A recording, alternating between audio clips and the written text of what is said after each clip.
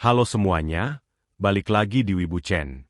Di video kali ini kita akan membahas spoiler Wistoria Season 2 episode 8, yang mulai memperlihatkan latihan Will untuk menguasai WSS, konflik Julius dengan para Colorless, dan kemunculan sosok baru bernama Cerit Wen.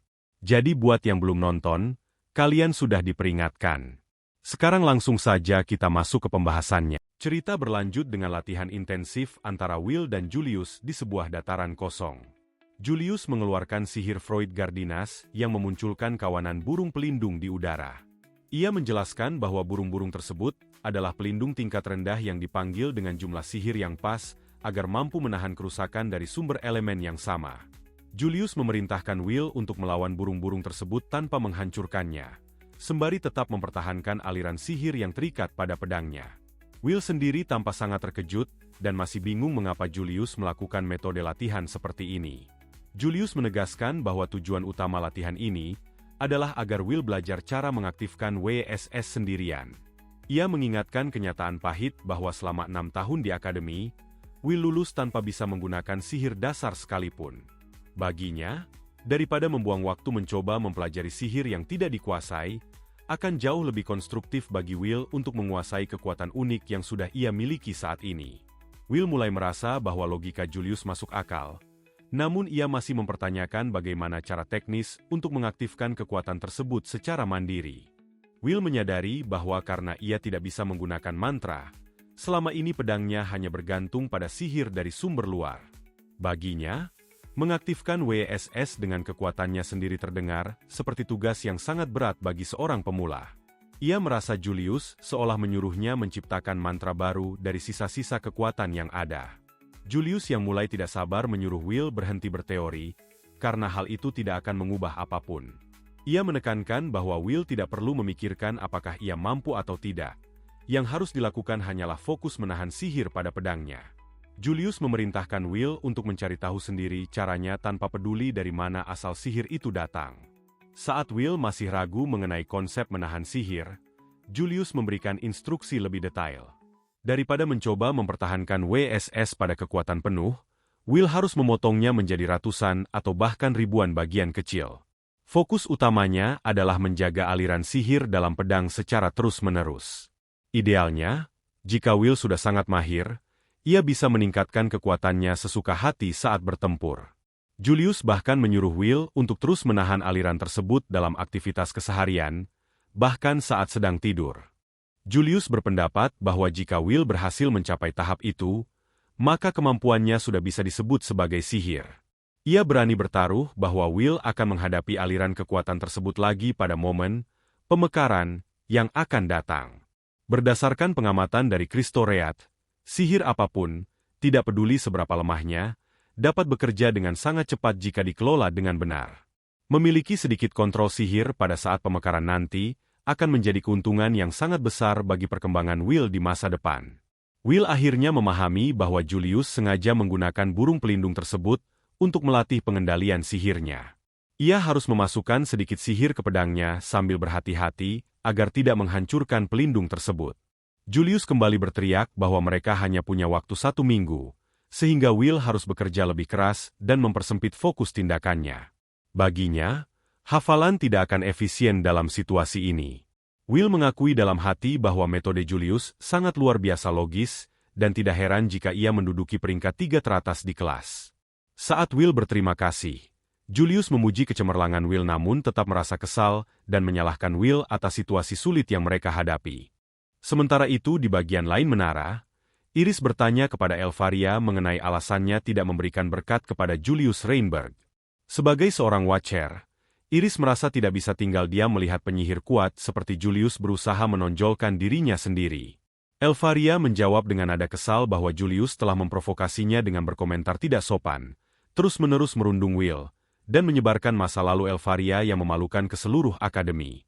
Itulah alasan utama mengapa Elfaria enggan memberikan restunya. Iris menilai bahwa alasan Elfaria tersebut murni karena permasalahan pribadi. Ia kemudian menanyakan kepada Iris mengenai apa yang dikatakan Master Aaron tentang Will. Iris mengutip perkataan Master Aaron yang menyatakan bahwa apapun yang terjadi, biarlah terjadi. Menurut Iris, Master Aaron bersikap terbuka untuk menerima seseorang dengan tekad dan kekuatan untuk menemukan jalannya sendiri. Namun, Iris juga mencatat bahwa Aaron tampaknya tidak terlalu senang saat membicarakan sebuah pedang yang masuk ke dunia yang didominasi oleh tongkat sihir ini. Seorang penyihir wanita berkacamata mengungkapkan bahwa ia telah membaca banyak dokumen namun, tetap tidak menemukan penjelasan yang memadai tentang apa itu WSS sebenarnya. Ia berpendapat bahwa kemunculan Wilserford dan kekuatan WSS telah mengguncang stabilitas menara. Baginya, anak dengan kekuatan yang mampu membalikan dunia itu jelas merupakan seorang irregular. Ia merasa khawatir karena pihak menara belum tahu tindakan apa yang harus diambil terhadap Will, selama mereka belum memahami hakikat kekuatannya secara penuh. Elvaria merasa bahwa ia bisa menempatkan Will di bawah perlindungannya, karena posisinya sebagai seorang Watcher. Namun, penyihir wanita berkacamata tersebut secara batin menganggap Elvaria sebagai gadis yang memiliki pikiran cabul. Ia memiliki firasat yang sangat kuat bahwa di masa depan, Will adalah sosok yang jelas-jelas akan membelah dua menara ini dengan kekuatannya. Kembali ke tempat latihan, kondisi Julius dan Will tampak sangat kelelahan. Julius berteriak menanyakan berapa kali lagi mereka harus mengulang proses ini, karena burung pelindung lainnya kembali hancur. Ia merasa Will belum menunjukkan perkembangan sedikit pun dan menuduh Will sengaja membuang-buang sihir yang ia berikan. Will tampak sangat tertekan dengan kegagalan yang terus berulang tersebut. Dalam pikirannya, Will merasa frustrasi karena sekeras apapun ia mencoba. Ia hanya bisa mempertahankan aliran sihir selama 50 menit sebelum akhirnya menghilang. Hal terburuk yang ia pelajari adalah fakta bahwa WSS menguras sangat banyak energi setiap kali gagal diaktifkan.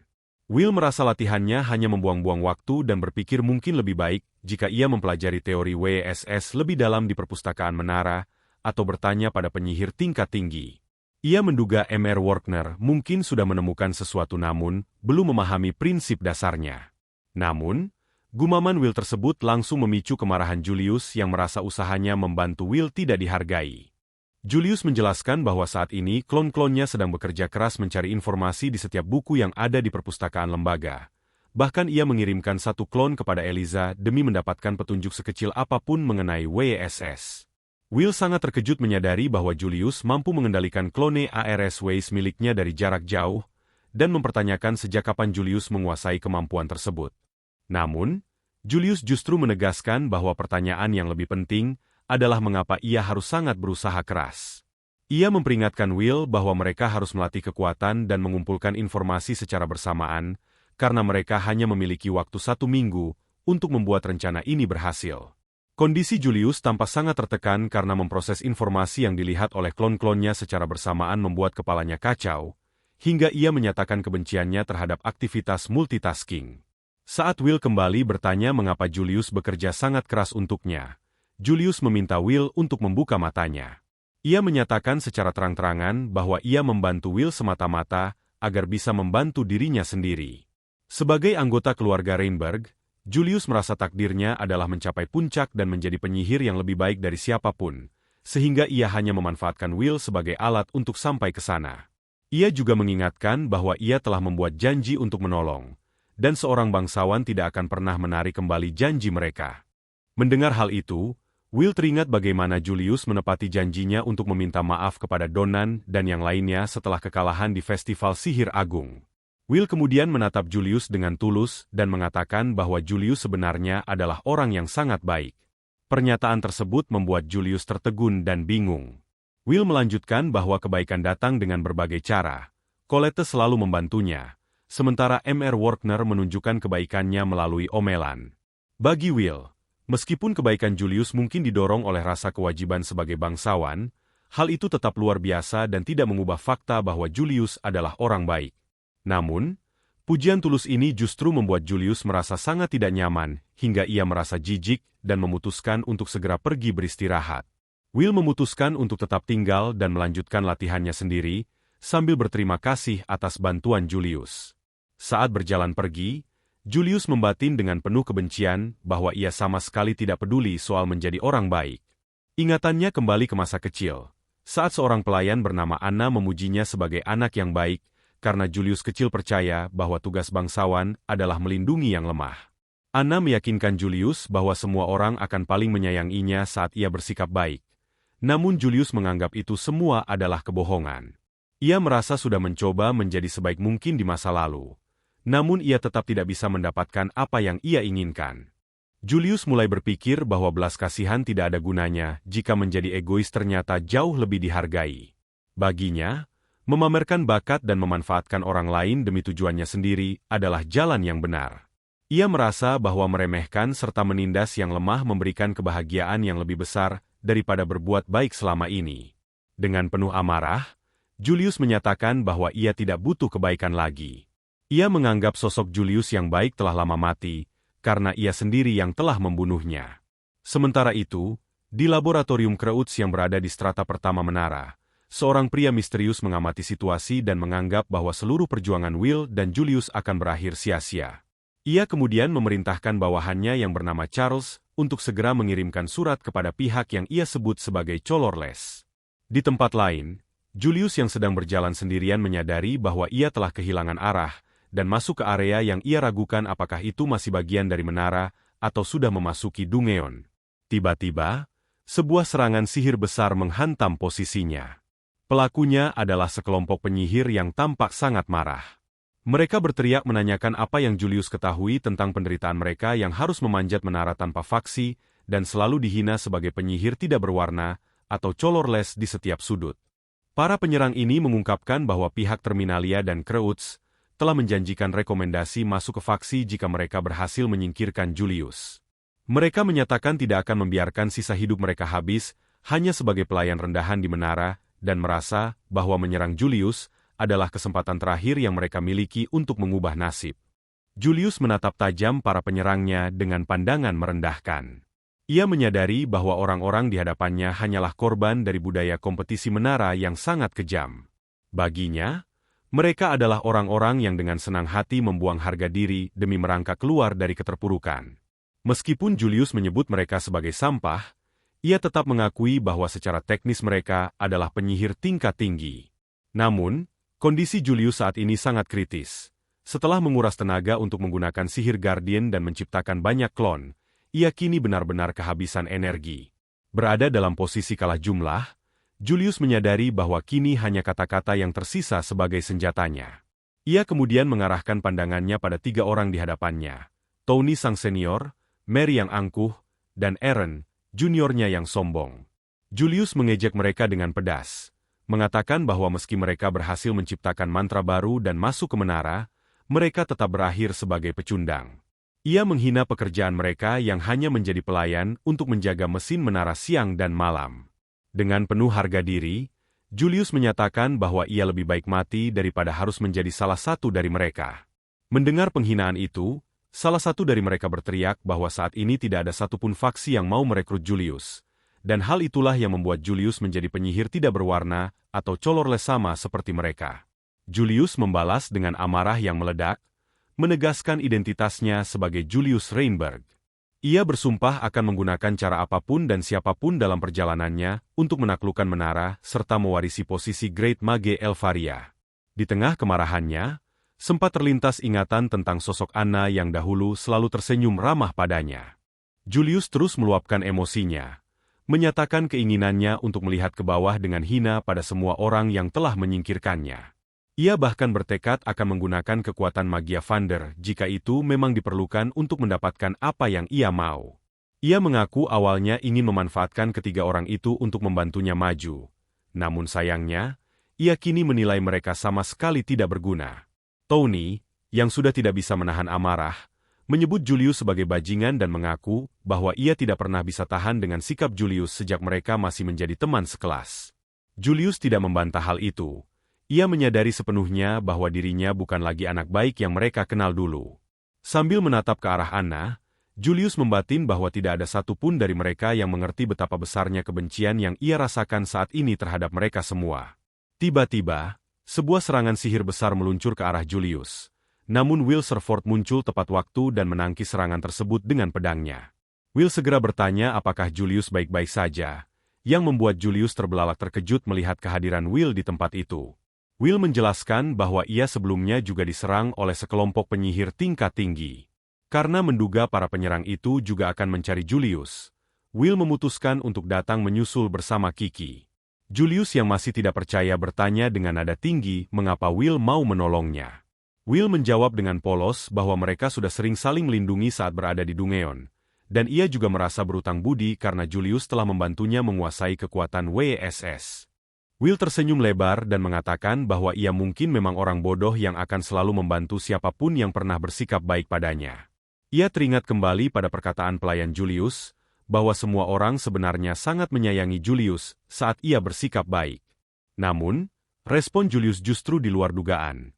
Ia mengepalkan tangannya dan langsung memukul wajah Will hingga Will mengerang kesakitan. Will yang kebingungan bertanya mengapa ia tiba-tiba dipukul. Dengan wajah yang memerah karena malu dan emosi yang campur aduk, Julius berteriak bahwa ia sangat membenci Will. Ia terus mengulang-ulang kalimat bahwa ia membenci Will dengan penuh amarah di depan Will, yang hanya bisa terdiam melihat tingkahnya yang emosional. Para penyerang yang menyaksikan kejadian itu merasa bingung dengan drama yang terjadi di depan mata mereka.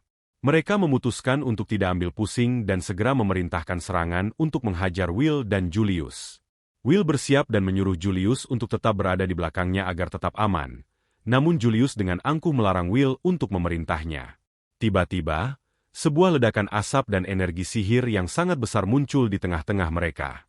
Kelompok penyerang tersebut tiba-tiba berteriak kesakitan saat terperangkap dalam sebuah pusaran sihir yang sangat kuat. Sebuah suara misterius terdengar dari atas, menyindir cara mereka menggunakan sihir yang dianggap tidak becus dan mempertanyakan apa yang sebenarnya diajarkan oleh akademi kepada mereka. Will yang merasa waspada langsung bertanya-tanya tentang identitas sosok yang baru saja muncul dan mengintervensi pertarungan tersebut. Dari balik kepulan asap, muncul seorang wanita penyihir dengan penampilan yang sangat berwibawa dan kuat. Ia memperkenalkan dirinya dengan nama Ceritwen. Sambil tersenyum tipis, ia menyatakan rasa terima kasihnya kepada Will dan Julius karena telah diperlihatkan sebuah drama remaja yang sangat indah. Sebagai imbalan atas tontonan yang menghibur tersebut, Ceritwen menawarkan sebuah kesepakatan dan bertanya apakah mereka bersedia mengizinkannya untuk menjadi guru mereka. Ini bukan cuma memperlihatkan perkembangan Will, tapi juga mulai membuka sisi lain Julius yang selama ini tertutup oleh kesombongannya. Dan dengan munculnya Ceritwen di akhir episode, kemungkinan latihan Will dan Julius akan masuk ke tahap yang jauh lebih serius. Jangan lupa like, komen, dan subscribe Wibu Chen. Sampai ketemu di video berikutnya.